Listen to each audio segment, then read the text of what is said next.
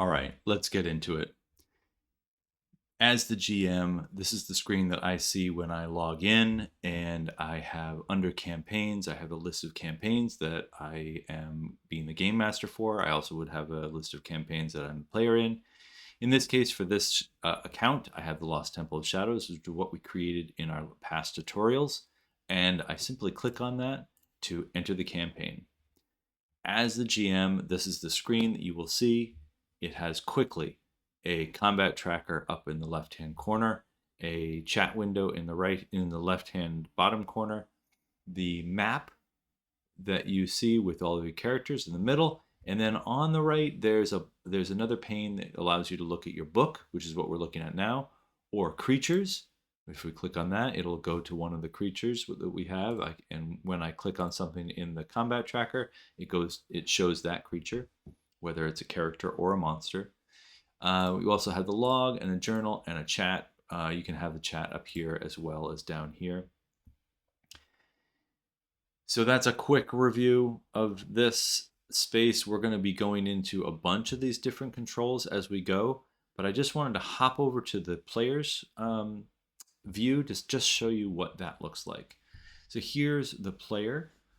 This player actually has two different characters that are in this campaign. You'll see it here, the Lost Temple of Shadows, Lost Temple of Shadows.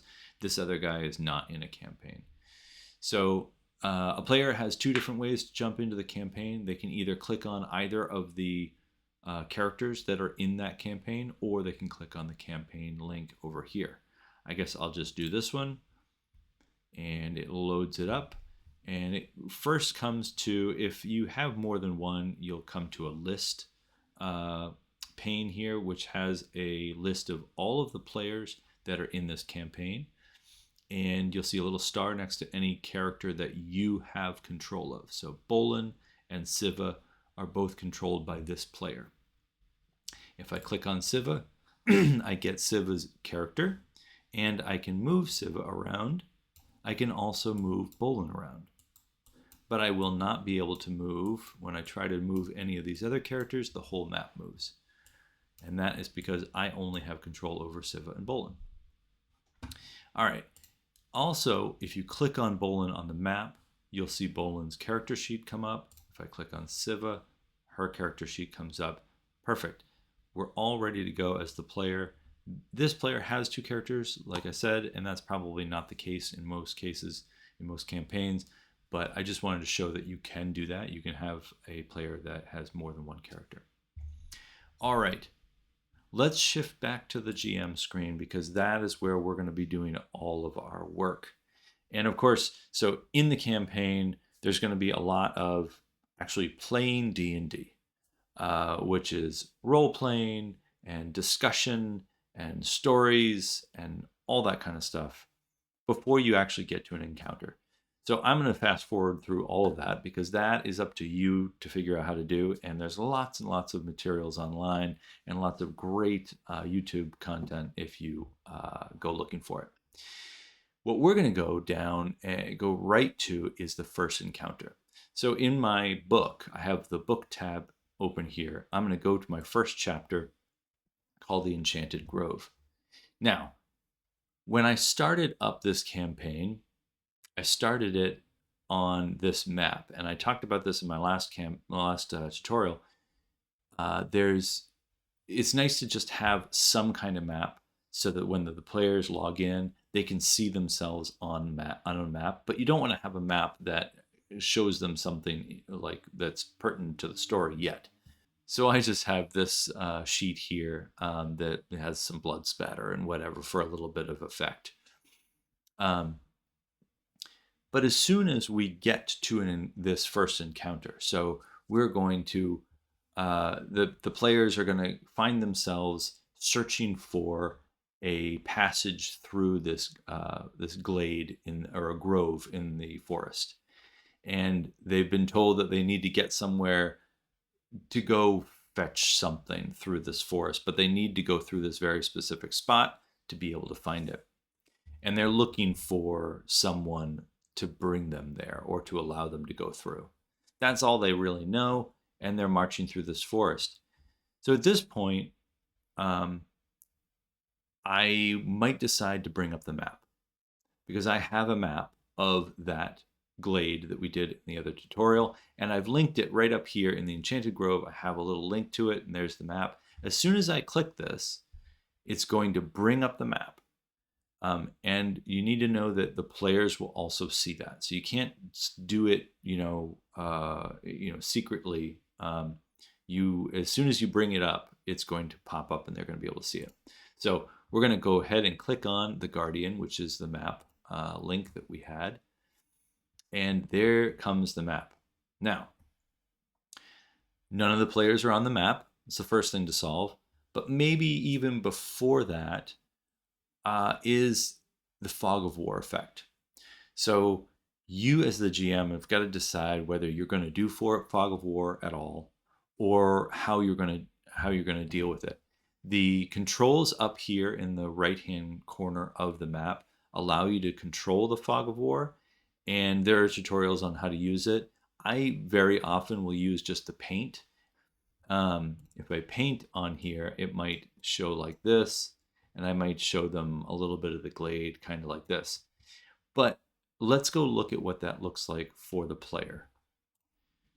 So for the player, it looks like this, and maybe that's realistic because that's all they see, but it doesn't really give them a great feel for what they're in. And they already know that they're in a forest, and by showing them the rest of this map, I'm not giving them any real information. I mean, all of this stuff is just trees, and there's some rocks that they'll be able to see. So in this case, I'm going to simplify this tutorial a little bit and just say clear all fog. And so that makes it so that when the player, I'm going to switch back to the player here, when the player comes in, they're going to be able to see the whole map. They're going to be able to zoom around, look at stuff. Okay, looks great. And that's fine for this encounter. If you're in a dungeon, obviously you don't want to show them the whole dungeon. If you're in a house, you don't want to show them the whole house. You're only going to show them pieces of it unless they've been there before, and you might want to undo the Fog of War there. That's all Fog of War theory. And we're going to skip over that by just clearing all of it. Back on the DM screen, the next thing to solve is bringing your characters onto your map. I'm going to go back up to the selector here, and I'm going to click on my map kind of where I think that they would be when the encounter might start to be possible. So I'm going to click right there, and there's an option here to huddle characters. You can also huddle monsters. We don't have any monsters right now. Huddle characters will take all the characters in your character list, and it'll huddle them where you clicked. So I do that, and there they all are. I can zoom in, and I'm going to put it on the move selector here, and there they all are. And now, once I've brought them onto there, I might actually put them give them a little bit of space because they probably aren't right on top of each other. And I also personally like to put them in a square unless we're playing completely free form. But then I might talk to them and say, well, who's going to be in front, who's going to be in back, and they can move themselves around and get a feel for where they are.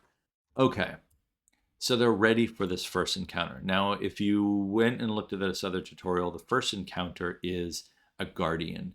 It's a big treant, and he's not an enemy, but he is not trusting of the characters, and he won't let them through. If we zoom all the way out here, there's a passage that goes through here, and they kind of have to go through there to get where they're going, and this treant is not trusting of them, and it presents their first obstacle. But this is not a combat encounter, and I know plenty of people talk about this, but this first encounter is not a combat encounter. It's just meeting this treant and talking to them. So to start it, when I created this encounter, I made the guardian invisible. So I can actually start this before they start coming into this glade. I can go ahead and click on this little dragon here and click on the guardian. The other way to start an encounter, I'm just going to go quickly here. I have a pin here called the guardian. When in their tutorial, we attached all 3 of our encounters to this pin. So if I click on this pin, you can see I could say start encounter, and it would give me the option to do the Guardian, the Enchanted Spirits, or Nature's Challenge, which are the 3 encounters you see here. And we linked those in the other tutorial. There is yet one more way to do it, and you can go up to the start button up here and say start, and you could say planned, and you could find the Guardian. Here's my 3, the Guardian, Enchanted Spirits, and Nature's Challenge, right in this encounter list, and you could start it that way. I almost never use the start button personally. I usually use the pin because I'm kind of visually a map person. And I would start the encounter, and then I would click on the Guardian. But in this case, I'm just going to go to the book because I'm kind of trying to follow the book. And I'm going to click on that little dragon, and then I'm going to click on the Guardian, and that starts our encounter. Now I can zoom out a little bit and see there's the treant and a treasure token. And you can see here up in our combat tracker, we have added a treant, and it automatically rolled initiative for the treant as we added him. And it added this treasure 1. The treasure 1 is hidden, and the treant is hidden. So the players, if we switch over to the player screen right here, you're going to see that the players see nothing. There's no treant here. Perfect, because treants have that thing where if they're not moving and they haven't yet talked to you, they look like a tree. And so this map, what they see now is perfect. They just see a bunch of trees. So as they enter, and at this point, I am going to move the group, and I'm going to show you one little nice option here. If you click on Move Group, you'll get this little icon in the middle of your group, and it's the same color as this. And you can click this and drag it, and you can put them wherever you want. And so I'm going to put them kind of in the middle of this glade, and then I'm going to turn off Move Group. I don't like to clutter up with too much stuff, so I'll just turn that off. If I ever need to move the group again, I can click on it real quick and bring it up. I'm also going to turn off this Guardian pin just to clean it up and make it look real nice. And with that, I just disable locations. So I click on that, and the pin goes away. Now, if you've ever lost your pin, make sure you turn on locations, and your pins will come back. There we go. Okay. So the players are walking into this grove, and suddenly a tree on the far east of the grove starts to move, and you realize that it has eyes, and it starts to talk to you. And so at this point, I would unhide this treant, and I can either do it up here in the combat tracker, which is really nice. I can click on this, and now he is unhidden. Or if I just hit him again, I can click right on him and just say show. So whenever you click on a monster or character, it gives you a whole list of things you can do. Okay, so we've just hidden him, and the players and the treant start to talk. And as the GM, I'm obviously acting as the treant and talking to the characters. And at this point, they may, as soon as the characters start to try to negotiate with this treant to get by, I would start my second encounter. If I switch back to my book by clicking this tab, when they start to try to negotiate with this ent, these enchanted spirits, the pixies, are going to come out, and they're going to start to cast spells on these characters. Now, when we created this encounter the first time, we created it for a bunch of players that are 5th level, and these are all 3rd level. So as I start these encounters, and very often, unless you're really on it, you're going to be adjusting the encounters to work for the players and the characters that you have running in this session. I'm going to go ahead and start Enchanted Spirits while they're talking to the treant. I click on the little dragon. I start the encounter by clicking on the encounter, and now you can see that these 5 pixies have showed up. You can also see that these 5 pixies have been added to the combat tracker. Notice that when we created the encounter, we also made these hidden. So these are hidden. The players don't know about them. They won't know about them. you can play this whole encounter and never even engage them, and never use them. They're just up here in the combat tracker because they're on the map as well. Also notice that as they were being placed onto the map, they automatically rolled their initiative, and they all have the same initiative. That is because the settings for the campaign, if we go up to the gear icon and we look at settings for this campaign, you'll see group monster initiative. So that means that each time monsters are added onto the map, they all get the same initiative. So you notice that we loaded the Treant and he got a 19, and then later we loaded Pixies and they all got the same. They all got 15. That's because we have that group monster initiative. If you don't like that, you can say all monsters get their own initiative and everything will roll its own initiative just like the characters would. We have the Pixies on there. They're all invisible. The players are talking to the Treant and you're talking back. And now you have these Pixies and they're all invisible. At this point, I'm going to make a call here and say we don't need 5 Pixies. We've got 5 third level characters, and maybe these are new players. I'm going to whittle this down to just 2 Pixies. And so to do that, I can either click on this and click delete. So I clicked on the downward arrow next to the Pixie and then said delete, and that Pixie went away. Or I can just go click on the Pixie itself and say delete. And I think I'm going to do that for those 3. And so now I have 2, and I'm going to move them to be about where I want them to be. I'm going to put them actually in a box here, in a square. And at this point, it's up to you, GMs, how you want to play Pixies. If they're flying, they're going to be making noise, and so even though they might be actually invisible because they have greater invisibility, and if you click on one of the Pixies, you can see that right. Oh, greater invisibility, perfect. Self only. So they may have cast greater invisibility and they may be invisible, but the players would be able to hear them. So you could do stealth rolls at this point. And you could have this Pixie go ahead and roll a stealth roll, and it did not roll well. It rolled a 1, so they definitely know that there's a Pixie around. At that point, you could continue to have them invisible because they have greater invisibility. They can actually attack while they're invisible. I'm going to make them visible as soon as they realize that they've been noticed. They're going to turn visible, and they're both going to turn visible. So now our characters are trying to talk to this Treant, and these Pixies show themselves, and they look as though they are getting into mischief. At that point, I would finally say the words, "Why don't you roll for initiative?"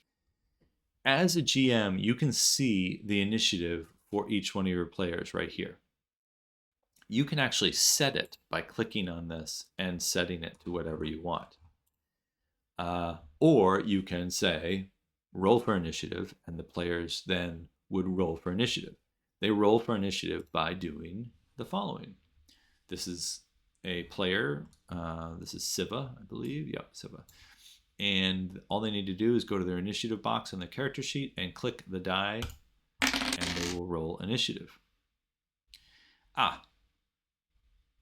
Now, as a GM, I will see their rolls here in the chat. I will also see that Siva has a 6 now for initiative. I also want to point out one thing. I rolled the stealth check for that Pixie, and it was hidden. You'll see that it has an eye with an arrow through it or line through it. Down here, that's my current setting. As a GM, I can make it so that my rolls as the GM are hidden or not by clicking, obviously, this button. And then you can show them the roll details, which is everything. You can show just the die, or you can hide the roll completely. Right now, we're hiding rolls, and I personally just like to give them the details. Some people might not like seeing the details because when you see the details, they will actually see the +7 here and go, holy moly, he's really good at stealth. Whereas if you just do the die roll, it would be just the die. You can also unhide a roll that has already happened if you didn't mean to hide it by just clicking that little eye on the actual entry and clicking show roll details. And then you will see, as we shift back to the player, you'll see that they now see both of them. Okay, we need all the other characters to roll their initiative, and what I'm going to do as the GM is I'm going to click on each one of them. I'm going to click on their initiative roll, which you can do. You can roll anything you want on their character sheet for them. Obviously, rolling dice in DM for the players is probably the one thing that they love to do. So don't generally do that. I don't generally do this too much, but I'm going to go ahead and roll it for each one of these players. And finally, Tordek. Okay, we've rolled initiative for everybody, and we see Gareth. Garth. Garth has the best at 21. He'll actually get to go first. Now we know that.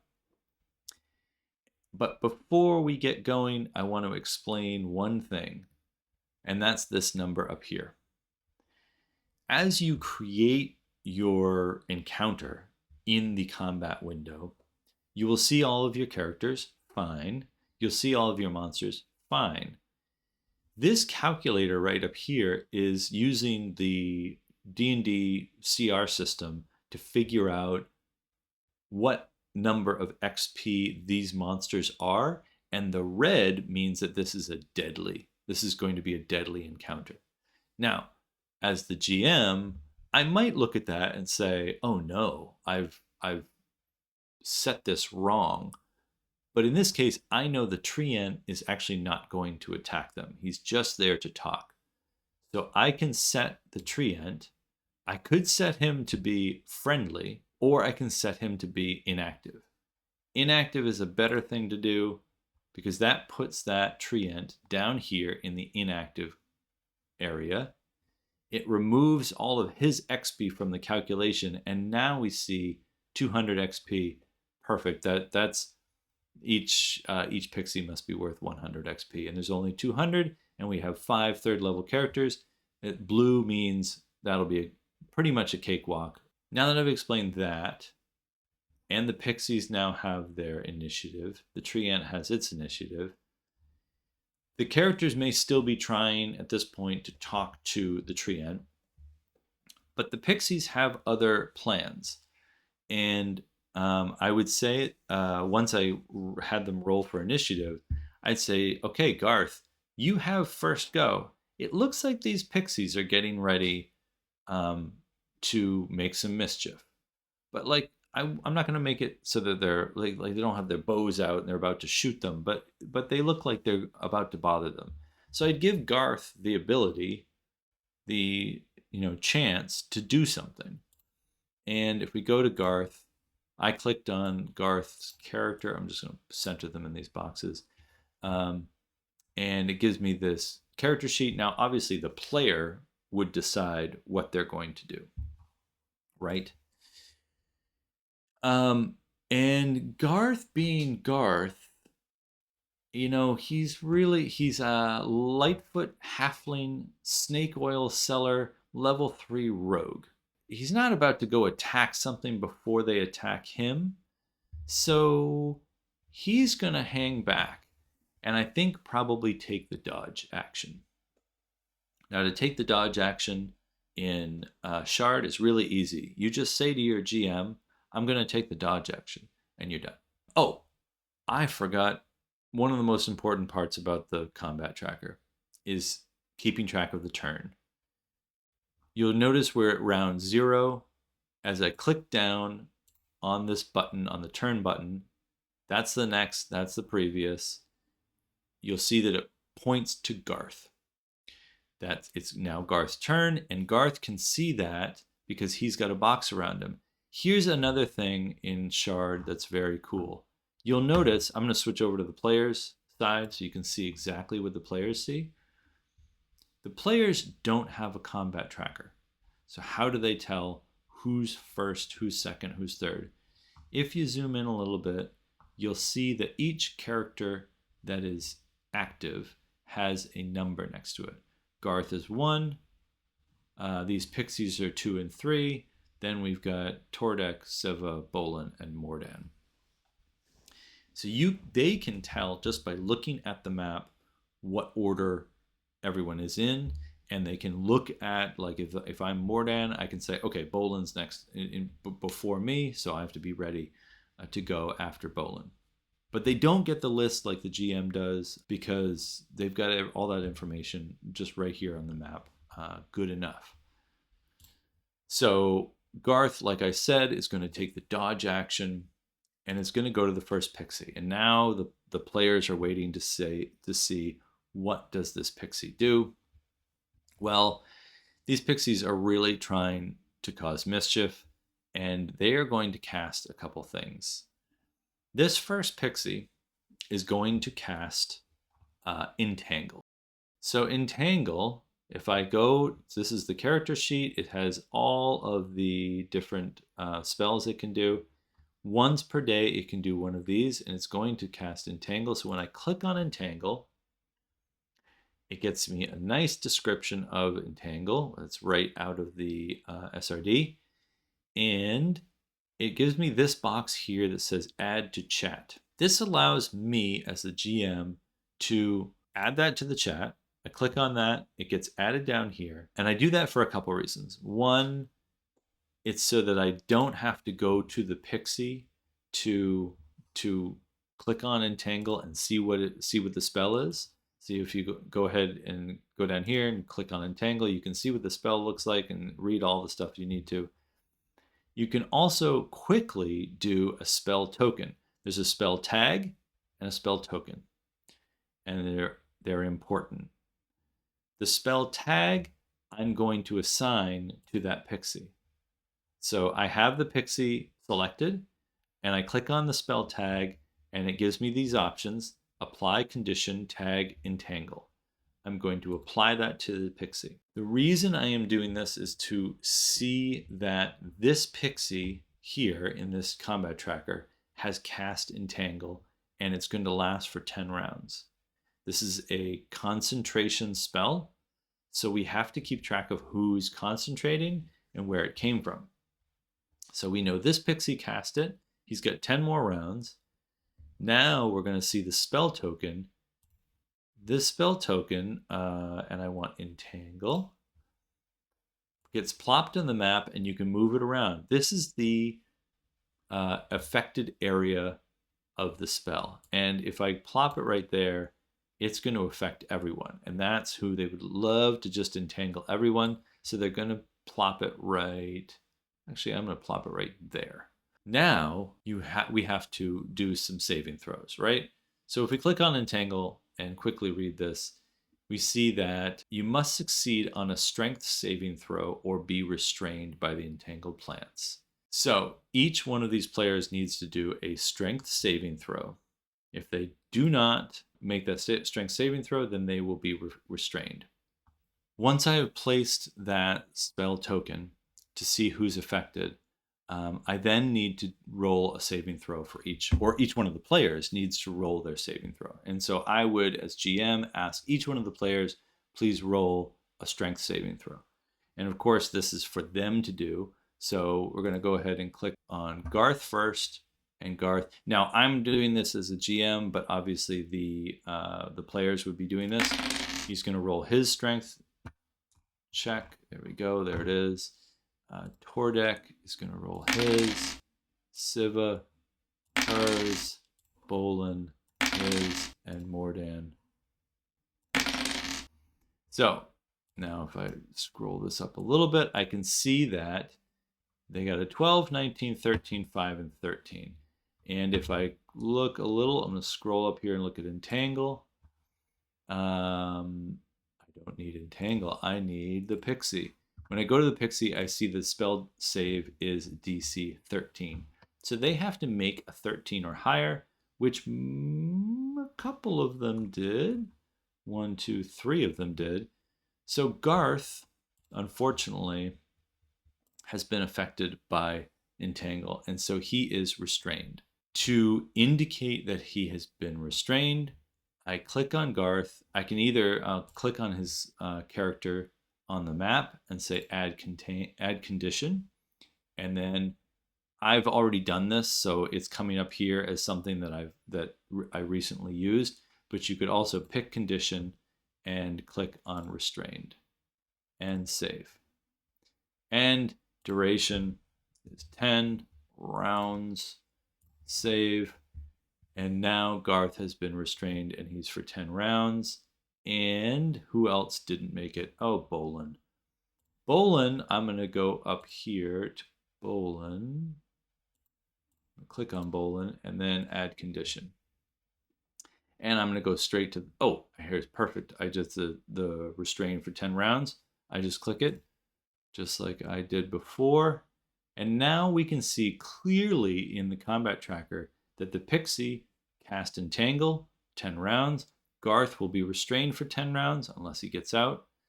Bolin will be restrained for 10 rounds unless he gets out. You'll also see that on the map, Garth and Bolin have little indicators to tell you that there's a condition that is on their character. The other thing that I want to show you on the players, I'm going to go to Bolin because Bolin is one of the characters that this player can see. If I, as a player, look at my character sheet, just right down here, I will see a list of conditions. And I can see clearly that I am restrained for 10 rounds. I can click on this restrained as a player and see what that means while the normal game is going on. I can read right here, or I can go to my player's manual, whichever you want to do. And then I can edit duration or hide indicator. Those are two little things you can do just by clicking on the 10 rounds. And then if the GM ever tells you you are no longer restrained, you can go ahead and end the condition, or the GM can do it from his end or her end. Okay, so Pixie number 1 has cast a Entangle. It has entangled 2 of the characters. 3 of the characters were able to escape. Now this spell token I'm going to leave there because if you read Entangle, it also says that this is difficult terrain. So now that 20-foot square is difficult terrain, making it difficult to move in. So they have to spend twice the number that they normally do to move through that terrain. Perfect. And that Pixie is, they move a lot. So I'm just going to have them kind of moving around. That one's going to move. And now it's going to be the next Pixie's turn. You can see that the box moves to this next Pixie. The arrow moves to this next Pixie, and this Pixie is going to cast Confusion. Because why not, right? This stuff happens all the time. This one's a little bit different because this one has not only a condition that gets applied, it's a condition that is a confusion condition, and each turn they're going to have to take a d10. But it starts out the same way as that other one. We go ahead, we click Confusion, and we click on Add to Chat. The players can see that it's been added to chat, and I can close this now, and I can put the spell token down. So for this one, Confusion, this one I would place here, and I would say, you clearly are all within the circle. But since this is an instantaneous casting, I would then go ahead and delete that spell token. I don't need it anymore. I know that they're all affected. So I would then again ask all of them to roll a wisdom saving throw. So again, we're going to go through each one of these and throw a wisdom saving throw. Obviously, the players would be doing this, not me, the GM. And this is when everyone gets excited about not making it or making it. Now let's see how they did. Okay, 3 of them made it again. It looks like Siva and Bolin did not. So in this case, we now have confusion in the chat window. We're going to do a spell tag. We're going to not apply it to Mordan. You got to be careful there. I had Mordan selected. I want to make sure I select the Pixie. We're going to then create a spell tag for the Pixie to keep track of the fact that he has cast Confusion for 10 rounds. And we've already done the spell token. We don't need that. Now, to add this special condition to the players, you'll see what I'm going to do. I'm going to go ahead. Who didn't make it? Siva and Bolin. So Siva, I'm going to come down here and say add condition. I'm going to do a custom condition. The condition name is confused. The duration is 10 rounds. There we go. Because this is not a normal condition. I should have even shown this. If I add a condition and then pick a condition, there is no confused condition. We have to create this new one called confused 10, and then Bolin also did, and so we're going to add a condition, and we will just look down here, confused for 10 rounds. Perfect. So now Bolin is confused and restrained, Siva is confused, and Garth is restrained. And we can see on the map who has conditions assigned to them and who doesn't. So Mordan and Tordek are perfectly happy. This Pixie's also going to move. He's going to float over here. They're kind of just doing a circle around them. Doesn't really matter. And that Pixie's turn is done. So we finally get to the first character to take a turn. Tordek is the next one to move, and he has no conditions. I can tell that just by looking at his token, or if I look over in his character sheet, I can see that he does not have any conditions. They would be in here. So Tordek, what Tordek is going to do, because he is a dwarven barbarian, he's going to rage. Because what else does a barbarian do? How do we do rage with Shard? It's really simple. You come down here. You can click on actions, which will go straight to the actions section of his character sheet, and there is rage. It is a bonus action, and he has 2 uses of it in this today.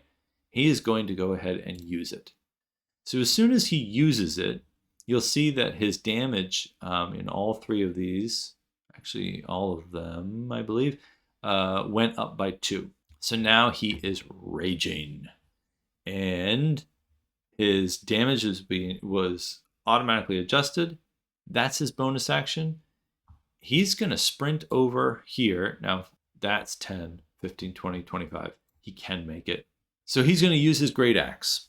Our first melee attack. He has his great axe in he has a 2-handed grip. If I click on this 2-handed, that unequips it, and I could take his hand axe and that put it in his primary hand, and I could put another hand axe in my offhand. That's OH and PH. Or he already had equipped his great axe with 2 hands, so that's what we're going to use. He's right next to this Pixie. He's ready to go. He's got his rage on. He's going to go and roll. So how do we roll? We just go to the hit column of the weapons, armor, and tools section, and we pick what we're going to hit with, this great axe, and we roll it by clicking. That rolled an 18. And I know the Pixie's armor class. If I look up here real quick, the Pixie's armor class is a 15. This is the armor class section of the combat tracker. You can quickly see everybody's. So that definitely hit this Pixie. And I'd say that's a hit. Your great axe comes down with a vengeance. Roll for damage. And they simply, whoever's controlling this character, would roll in the damage column and click on damage, and it rolls a d12 plus 5, giving 17 points of damage to the Pixie. Now we have to apply, as the GM, we have to apply this damage to our Pixie, and there's a couple of different ways you can do it. If you are acting as that Pixie, I might have already, like I wouldn't have Tordek up, I would have the Pixie because I'm the GM and I act as the Pixie. If I have the Pixie up, I can come down here into the chat window and click on the 17. And you'll see whoever's selected will come up, their name comes up here, and you can either apply damage, half damage if there happen to be a saving throw or a resistance, heal, that can be healing if it's 17 hit points, or 10 hit points of 17. Obviously, this is damage, so I would click on damage. Other and possibly quicker way to do this is to just click right on the Pixie on the map, and there's a section here, there's the damage and heal section, which says Great Axe damage 17 or Great Axe half damage 8. And that's just if he has resistance or something. So I'm going to go ahead and click on this Great Axe damage 17, and you will see his hit points go from 7, oh no, to nothing. And that, if we zoom in here, that Pixie is dead. And you can describe it however you want. Obviously, it's fun to give that player how do you do this kind of thing. But that was pretty awesome to see the Barbarian just go, no, I am not taking any of this entangling or confusion, and I'm just going to go and slice down this Pixie, and the Pixie's dead. But unfortunately, slicing down a Pixie dead has consequences. And the treant sees the Pixie die and gets angry. And this starts the third encounter. Now, this third encounter is called Nature's Challenge. The treant is going to create a number of living trees. I think there might be undead trees, but and I know when I created this counter, I created it with 4 of these trees, and I know that that's going to be too much. So I want to quickly edit it. Now, if I was a good GM, I might have done this beforehand. I know how many players are coming in, but maybe the players gave me maybe we're missing a couple players and I need to change it. I also know that when I start this encounter, they are going to show up and be visible. So I don't want to click on this and have 4 show up if I only want 2 to show up, which is what I really want. So I would very quickly go and edit this encounter. And it's really actually easy. If you go to locations, click on the pin that has the encounter, and you view the encounter and you view Nature's Challenge, I can very easily just make 2 of them invisible. And so when I start this encounter, 2 of them will show up, and then I could just delete the other 2. Or I could go ahead and delete these 2, but I don't want to change the book that much. So I'm just going to close it like this. So I just made 2 of them invisible, and now I'm going to start my challenge, my encounter, Nature's Challenge. And there's the 4, but these 2 are invisible. I'm going to do a couple things as a cleanup. I'm going to turn off locations to clear that pin that was right there. I'm also going to go ahead and just delete these 2 that are invisible. And then I would describe to the players the consequences of killing a Pixie are immediately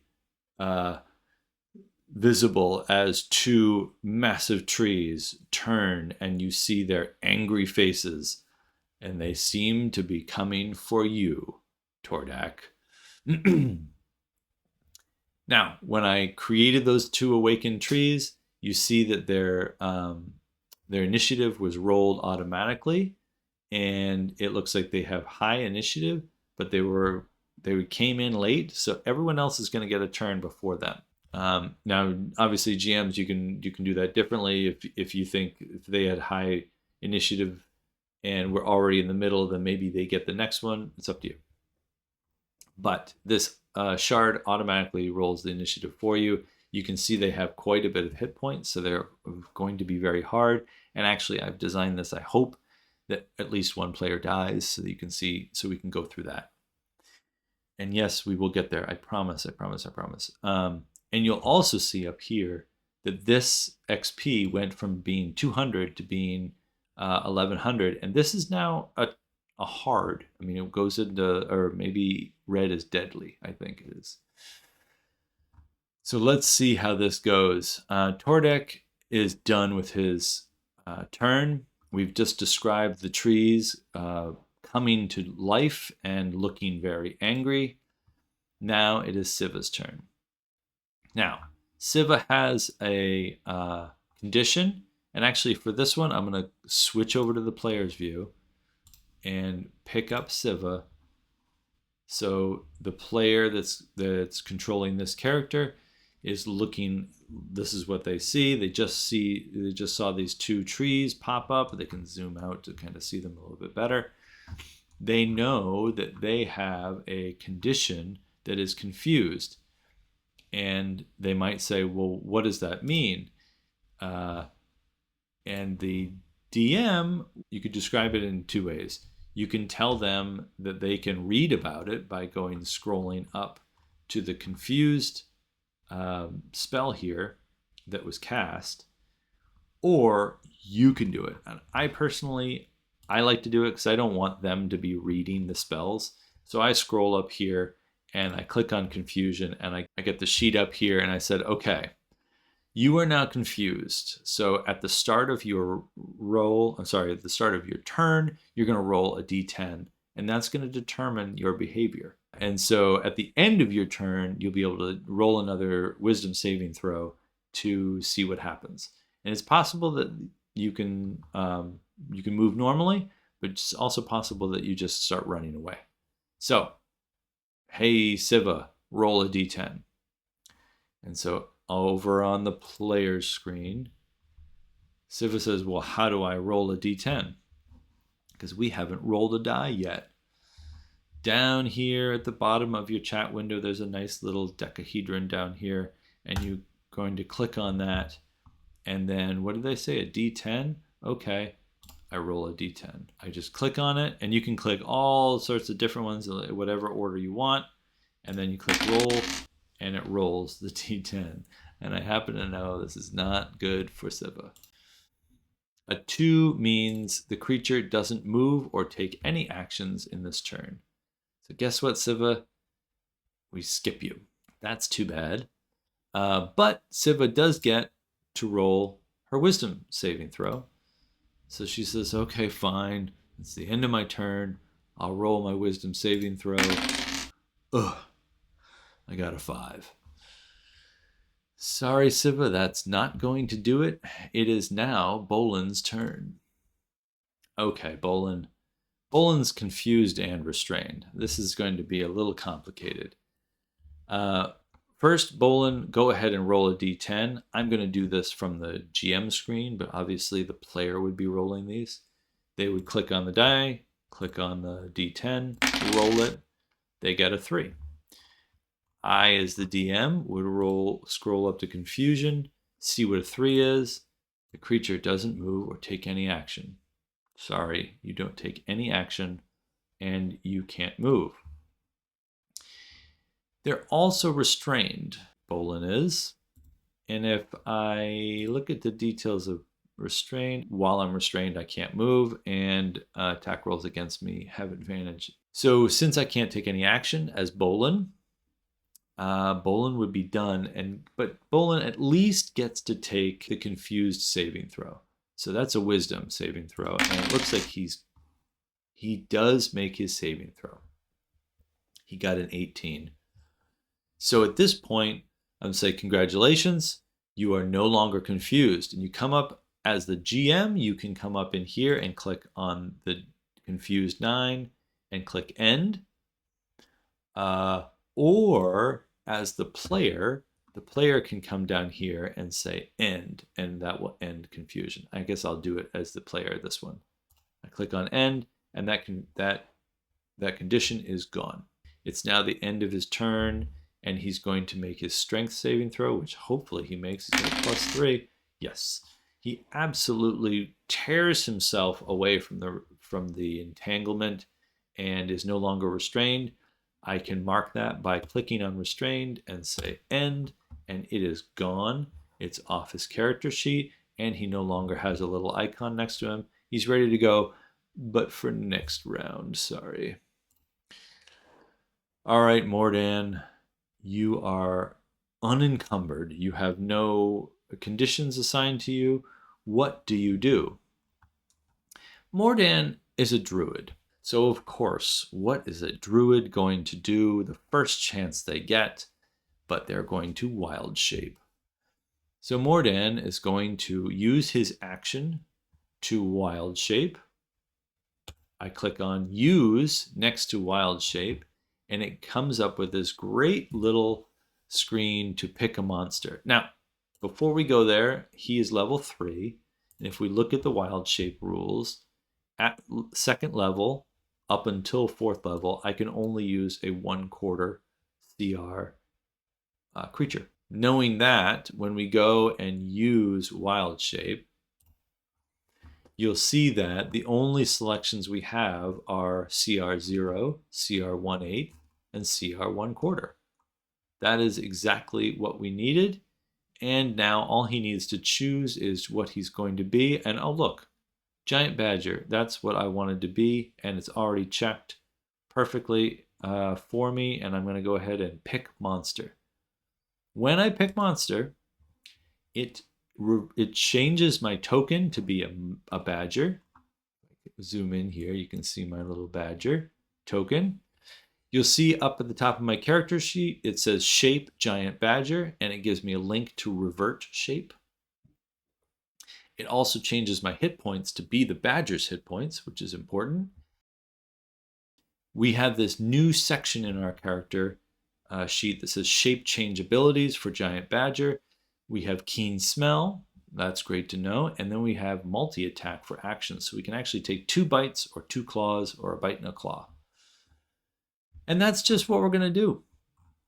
This badger is going to run out of here. So this is, 10, 15, 20.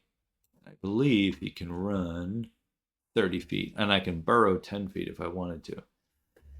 He's going to run over to this Pixie, and assuming that the Pixie is low enough to attack, and I would have figured that out beforehand. If the Pixie's flying at 20 feet up, then yeah, obviously he's not going to be able to get him.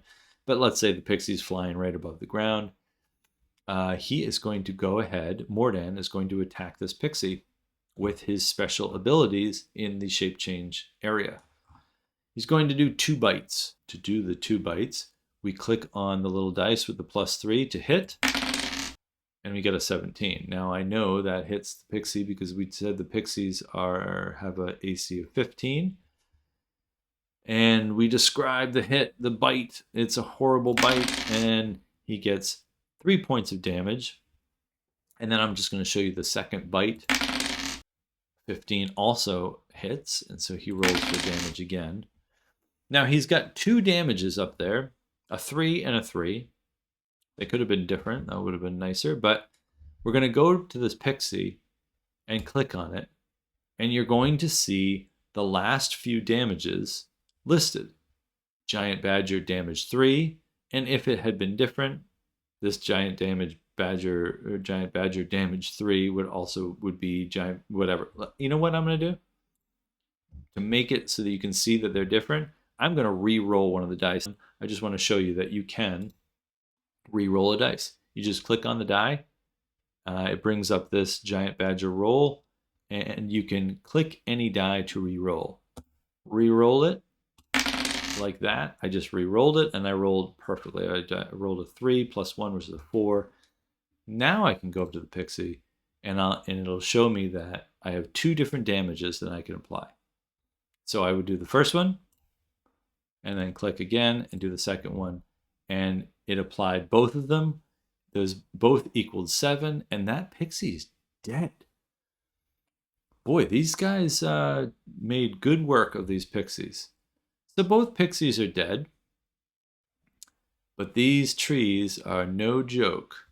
Mordan is going to stay there, and that's the end of his turn. So now it is Garth's turn. And Garth is very upset because he didn't do anything his first turn. He just took the dodge action, and now he's restrained. So he can't move, and Garth is a rogue. That's what we said. And that rogue, let's see. He wants to go run up to one of those trees and attack him, but because he's restrained, he's not going to be able to. He's unable to attack or unable to move. So I would say, oh, look at that. He had a dagger in his hand. Anyway, he's going to drop his dagger, and he's going to get his short bow out, and he's going to shoot at this tree from a distance. Now, yes, I'm allowing him to drop that dagger, and as a GM, make sure whenever anyone drops anything that they go pick it up later. To determine how far away this is, you long click on the character or wherever on the map, and then drag to find out how far. Now that's 40 feet. That's well within my short range for the short bow. So I uncheck that, and he's going to stand there with his short bow and attack. And again, it's a melee attack. I go in the hit column and I roll my attack. Holy moly. 24. Very nice. That's a definite hit. The tree has a AC of 13. And then he's going to roll his damage. That gives 14 damage. I come over to the tree. I click on the tree. Short bow damage 14. Click it. That has been applied. And now we're off. Now I ask Garth, anything else?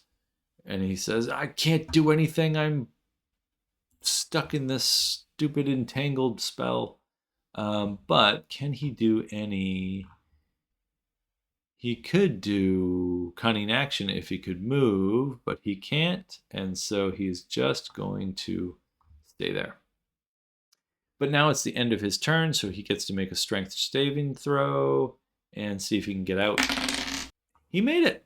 He got above a 13, which is what we said the goal was. And so he is no longer restrained. We click on restrained, end that, and it's the end of his turn. And now it's the awakened tree's turn. Now, awakened trees, they have one action, and that is to slam. And they can slam from 10 feet away, and they can move 20 feet. So this tree is going to move.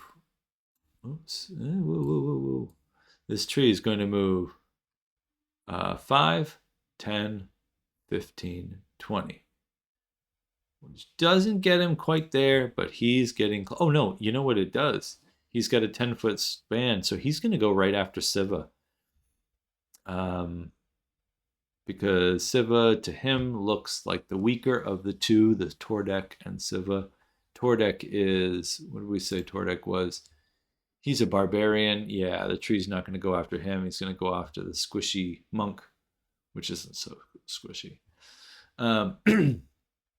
So he gets close enough, which is what he just did when he moved, and he's going to do his slam attack. So you roll the slam attack right in the character sheet, click on the die, and he rolled a 1. So he completely misses Siva and slams the ground, and that's all he can do. So he is done. The next awakened tree shambles up 10, 15, 20. And he is also close enough to Siva, and he's also going to attack Siva by clicking on the dice. And he got a 16, and I believe Siva has an AC of 14, so that is a hit. And he's going to roll his damage, which is considerable. 18. Now at this point, I would ask Siva to deduct 18, so so they actually realize that they're being hit sometimes. But in this case, actually, no. Let's see what it would look like from the player's point of view. To deduct 18, I can either um, click on my hit points and say 18, which defaults to a minus, and I click that, and now I have 6, or plus 18. Oops. Click on this and do a plus 18 to get back to 24.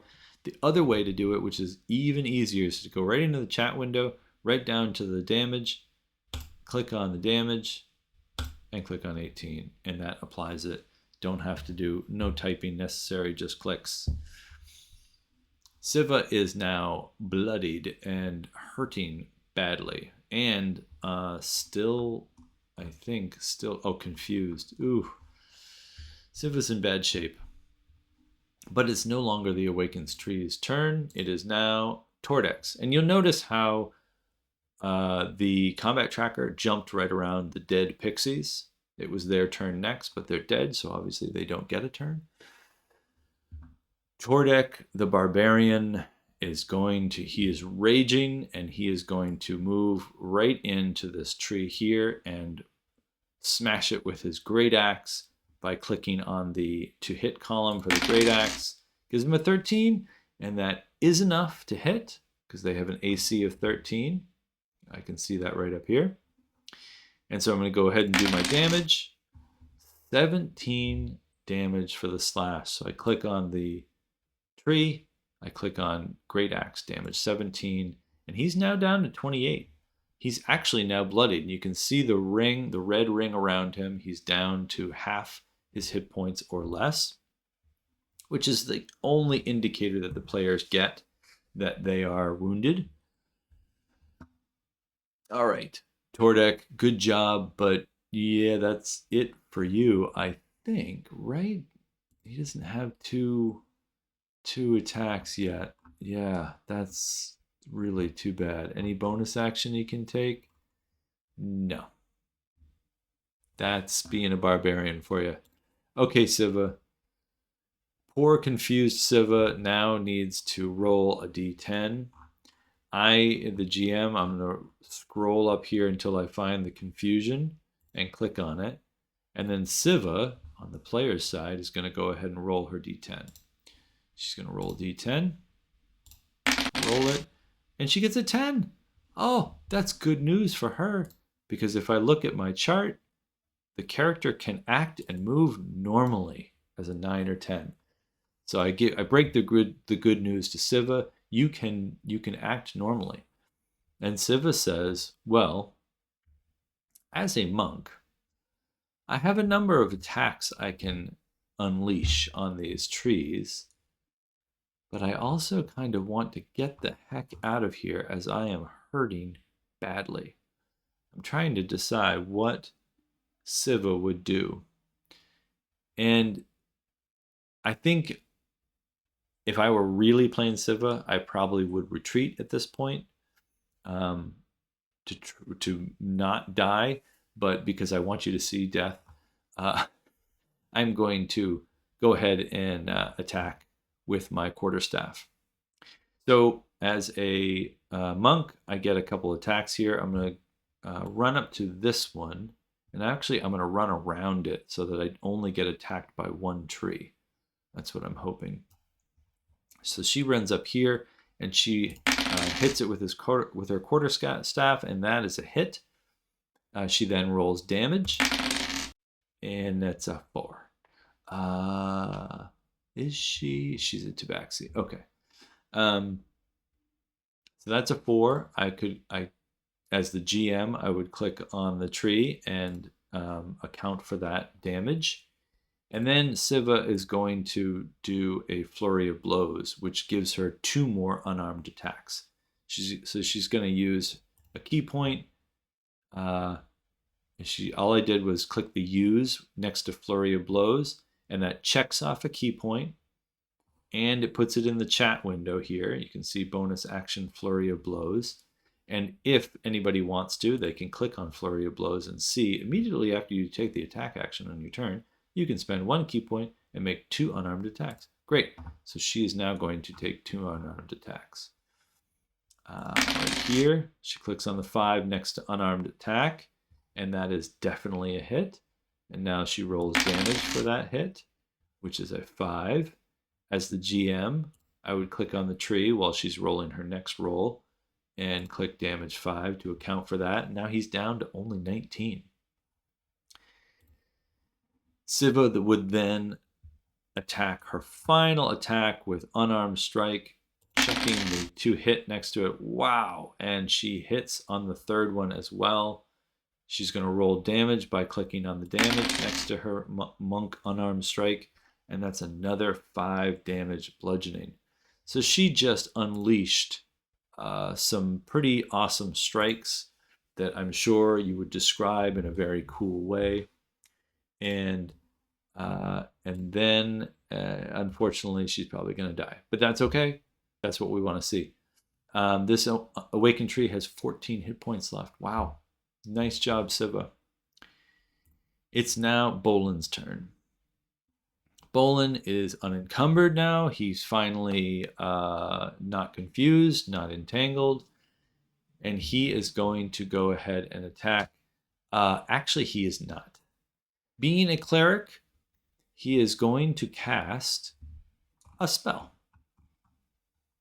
He's going to cast Bless.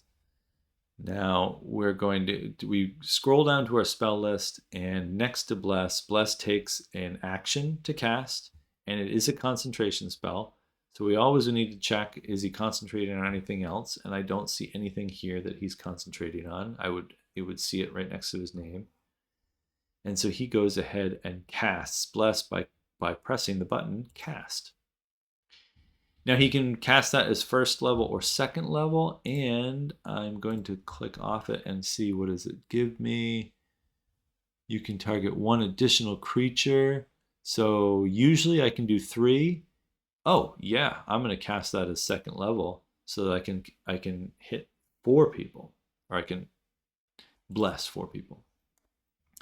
So he cast it as 2nd level. Now what that just did was, now what it should have done, I hadn't reset this guy. What it should have looked like is this. I'm going to delete this.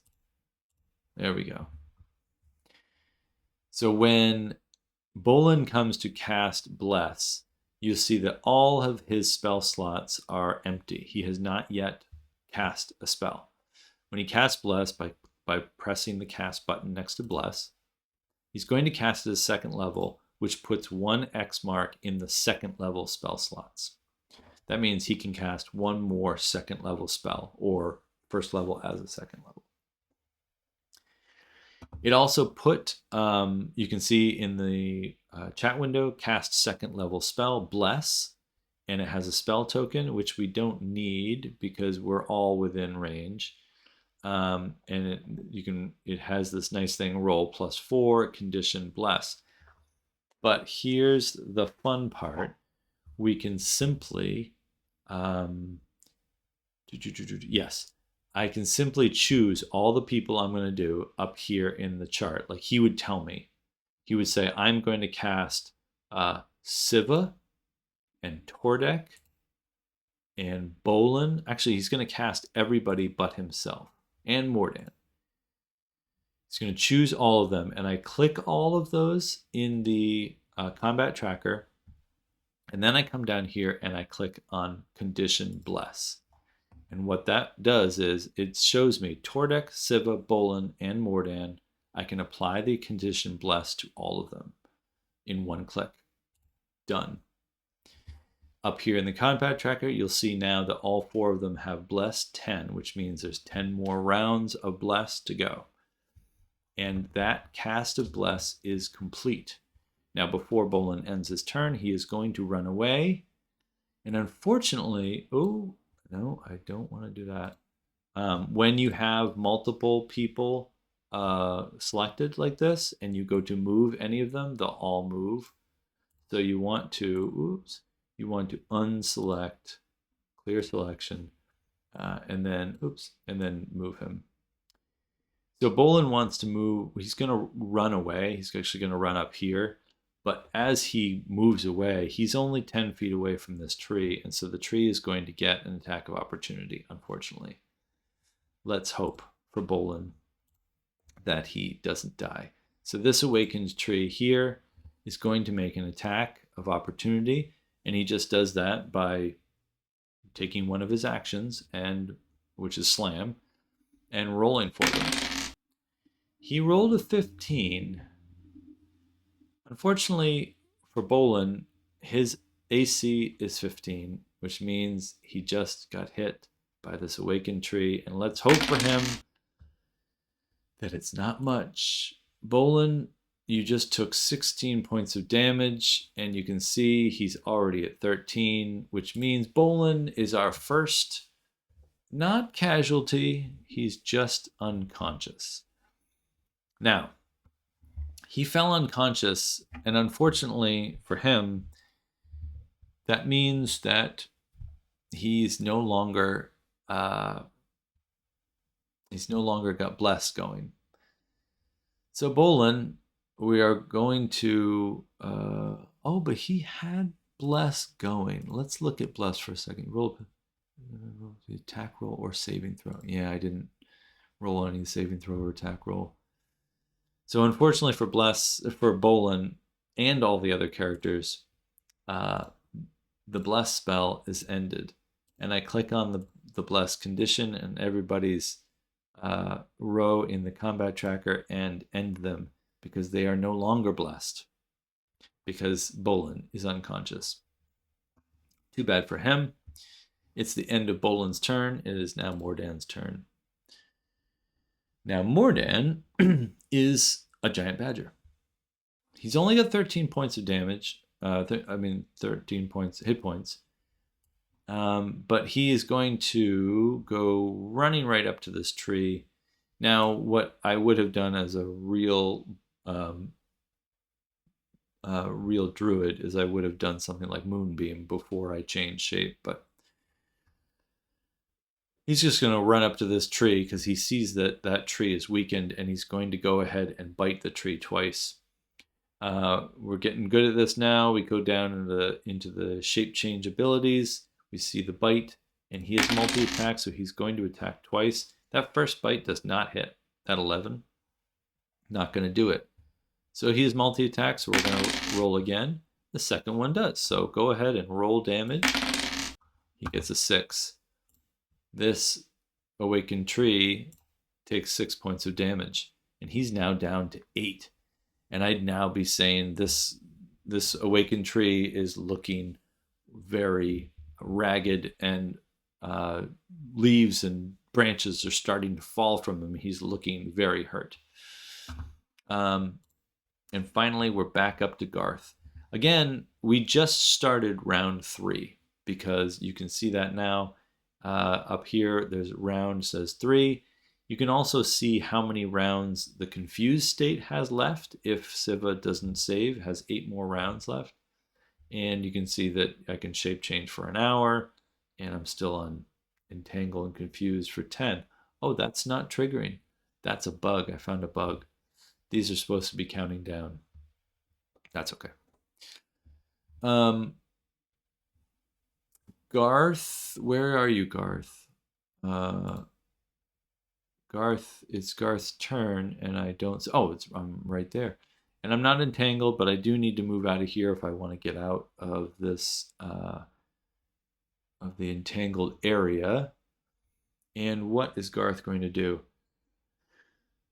Yeah, so Garth is a rogue, like we said. This would be 10, 20, 30. Does he have 30? He has 25. That's unfortunate. So if he did this, 10, 15, 20, that would be good enough, and he would be able to attack and do sneak attack. So what Garth is going to do is he's going to use his rapier, not his short bow. So he's going to drop his short bow. So again, he's dropped his dagger and now his short bow, and he's going to pick up his rapier and stab this tree. Before he stabs, he is going to use sneak attack. And sneak attack, we can see that he's got 3 friends around this enemy. So absolutely, he should be able to use sneak attack. You press this button here, and it automatically adds in the extra to your damage. And we're going to attack with our rapier. Ugh. Unfortunately, he only got a 7. So he does not get to roll for damage, which is really unfortunate. And the next is the awakened tree, who's almost dead. He's going to wheel around and see the badger and just stomp on that badger.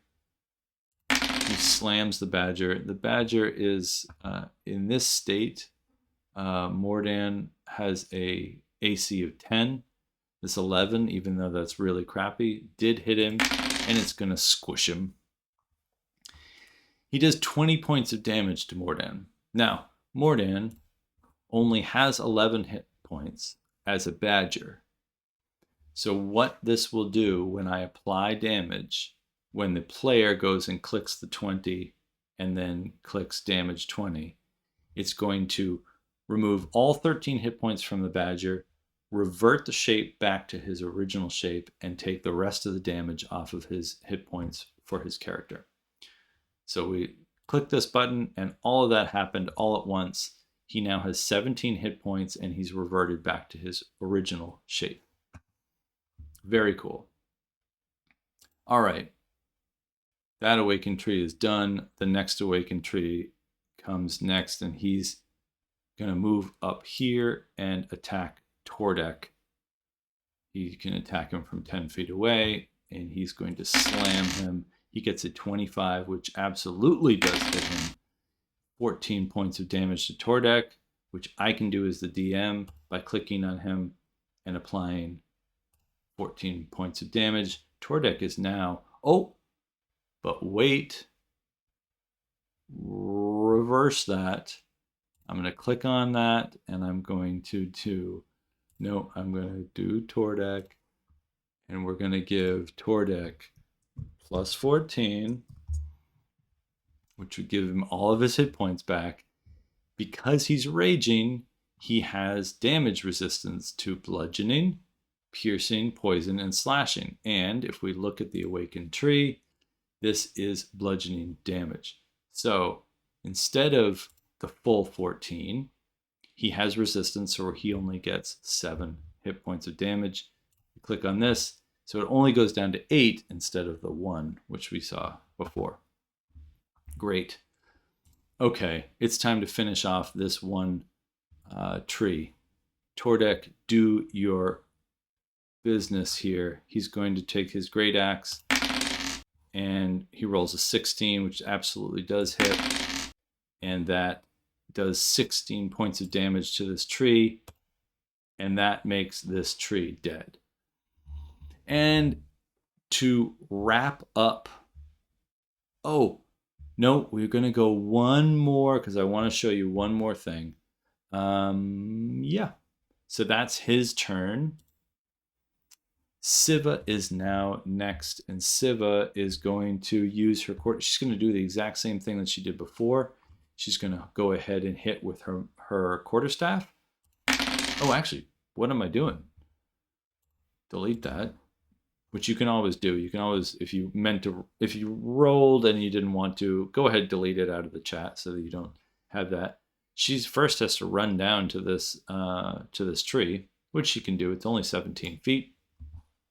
And then she is going to hit the tree with her quarterstaff, which is a 24. That's a definite hit, and that does 6 points of damage. 6 points of damage. She's then going to, this is Siva, she's then going to do 2 unarmed strikes because she's going to use 1 more key point to do Flurry of Blows. There's the key point used. You can see Flurry of Blows is put down in the chat, which makes it so that I can now do 2 unarmed strikes. 1, That's a hit. Damage 7.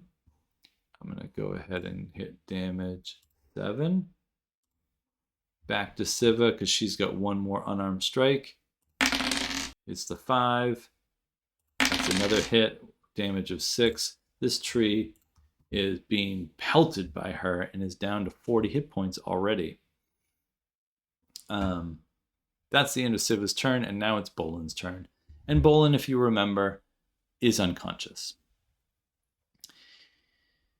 Finally, we get into death saves.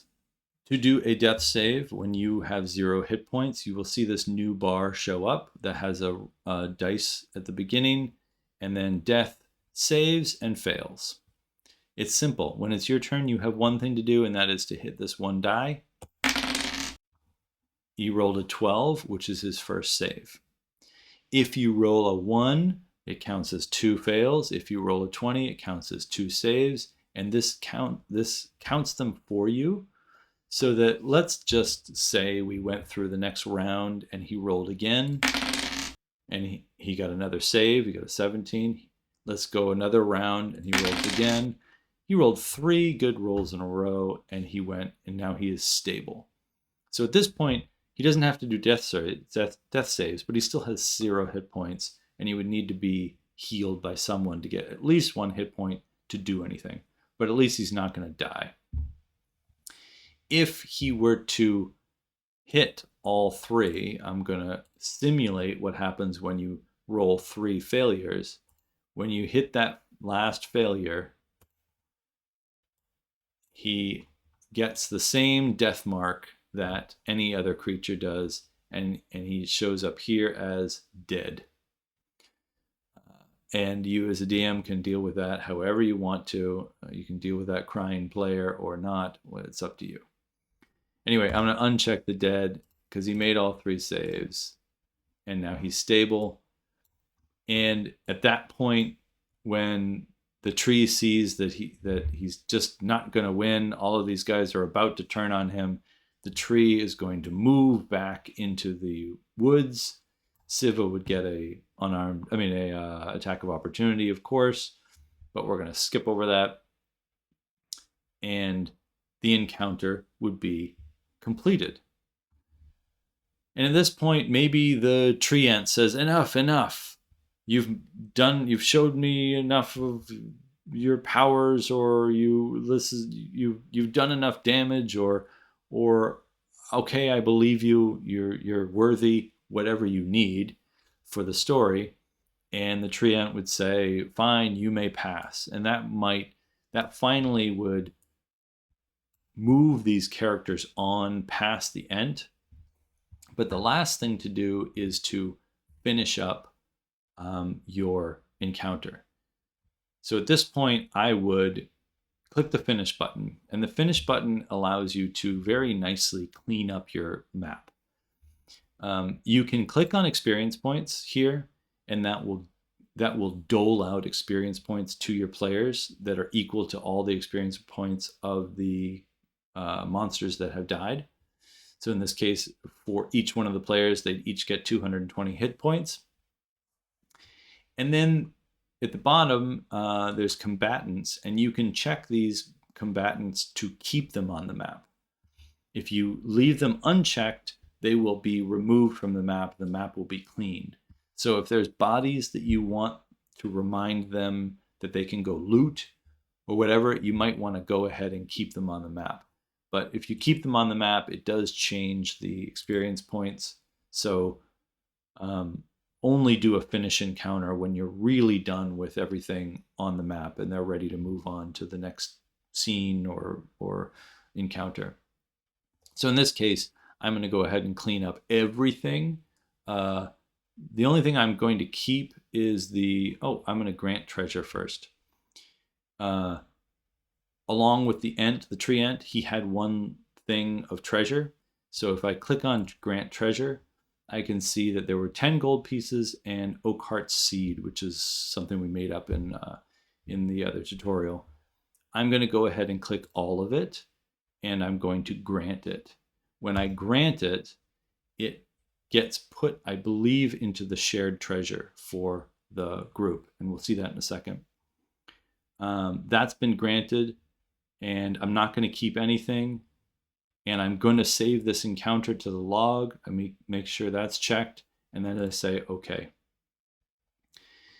So what that just did is it removed everything from the map, even the treant and the treasure. It granted the treasure. If we go to like Garth, let's say, and we go to shared treasure, you'll see each one of the players can look in this shared treasure, and they can distribute. Like if you click on this and distribute, it'll distribute 2 gold pieces to each one of them. Go ahead, distribute. That's been distributed. Each one got 2 gold pieces. You can see that in your chat window. And then if I guess I'm looking at Garth right now, I could click on this and claim it. And claiming it puts it into there's no more treasure, so I can close that. It puts it into my equipment, which I should see here. Yeah, Oakheart Seed. And finally, we're ready to move on. And at that point, I'd say you start moving through the trees, through the forest, onto the next encounter. And I might load a different map and huddle the characters there just to give them something to look at. They need to go rest. Maybe they're going to go rest. That's the next thing they're going to do. Oh man, we can do it all. We can do it all right now. Let's say they do a short rest. To do a short rest or a long rest, each character will go on their character sheet and click the rest button up here. It then gives you the choice to do a short rest or a long rest. And they are different, so you need to choose. In this case, we're going to do a short rest first. You click on short rest, and I am on Mordan right now, and Mordan has 17 hit points. And so you can see if he spends a hit die, he'll get some hit points back. So he spent 1 hit die, he got 6 hit points back, and it gives him 23 hit points. He's going to save them just in case they get another short rest. So he's going to save the next one. And the other thing that he's going to get by doing a short rest, you can see here, features recovered will be wild shape. He did that 1 wild shape, and you can see on his character sheet back here that he does have it checked off once. He's only allowed 2 wild shapes per day or per long rest. Actually, I guess per short rest. So once he does his short rest, you'll see that he now has 23 hit points and his wild shape is back. One of the things he doesn't get back when he does a short rest down here, his spell slot. He used 1 spell slot here for 2nd level, and it is still checked. He does not get that back until he does a long rest, which we'll do in a second. All the other characters are going to do theirs. Bolin was he was stable, but he had 0 hit points, and he's just going to lie there. And I'm not sure if you actually recover hit points if you're just stable. But let's say that somebody healed him a little bit, and then he's going to do a short rest. He's going to spend all 3 of his hit dice. 1, 2, 3. He gets up to 19 hit points, and he would get his Channel Divinity back, but he never used it, so he does his short rest. One thing here, Siva has a confused condition. The GM can see it up here. He can see that confused 7 is hit. And if Siva goes and looks at her character sheet, then you'll see that there is this condition here, and for 7 rounds she is confused unless she kicks it some other way. And the other thing that she has here that she's checked off is 1 key point. So, whatever she did, flurry of blows, one of those things, all uses key points. And some of those will be recovered when we do a short rest. So she clicks on her short rest button. She comes in here. She's going to spend some hit dice to get back up to 22. She's going to go ahead and spend all of them to get to 24. And you'll see this short rest also will give her back her key points. So she does her short rest, and you'll see her key points are 0 now, or full, and she has all of her hit points. So she is happy too. Let's go to Tordek. Tordek was hurting a little bit. He's going to do his short rest. He's going to spend 1 hit die, get all of his hit points back. Boy, he only has 15. as a barbarian. Yikes. The other thing, so one thing to notice here is he did not get his rage back because that comes back on a long rest. So I think everyone's, yeah, we've done everyone's short rest.